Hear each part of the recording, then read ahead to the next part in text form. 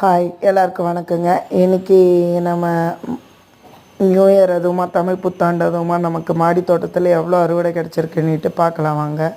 இந்த பாருங்கள், இந்த பூசணிக்காய் தாங்க ஃபஸ்ட் டைம் நான் ஹார்வெஸ்ட் பண்ணுறேன்.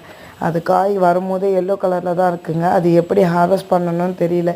நான் இது முதல் டைம் இதை போட்டிருக்கேன். சரி, இது எப்படி இருக்குதுன்னு தெரியல. இனிமேல் தான் அதை கட் பண்ணி பார்க்கணும். இந்த பூசணிக்காய் எனக்கு 56 கிராம் வந்து எனக்கு கிடச்சிருக்குங்க வெயிட்டு. அப்புறம் வந்து கொஞ்சம் பூக்கள் கிடச்சிருக்குங்க.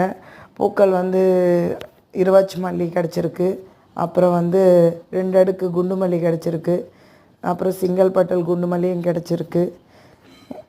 10 அடுக்கு குண்டு மல்லி வந்து நான் வந்து பதியம் போட்டிருக்கேங்க. அது ரோஜா பூ மாதிரி பெட்டல்ஸாக நல்லா பெருசாக இருக்குங்க. அது இப்போ தான் பதியம் போட்டு வளர்ந்துட்டுருக்குங்க. இந்த பன்னீர் ரோஸும் பதியம் போட்டு எனக்கு பூக்க ஆரம்பிச்சிருக்குங்க. பிடிச்சிருந்தா லைக் பண்ணுங்கள்.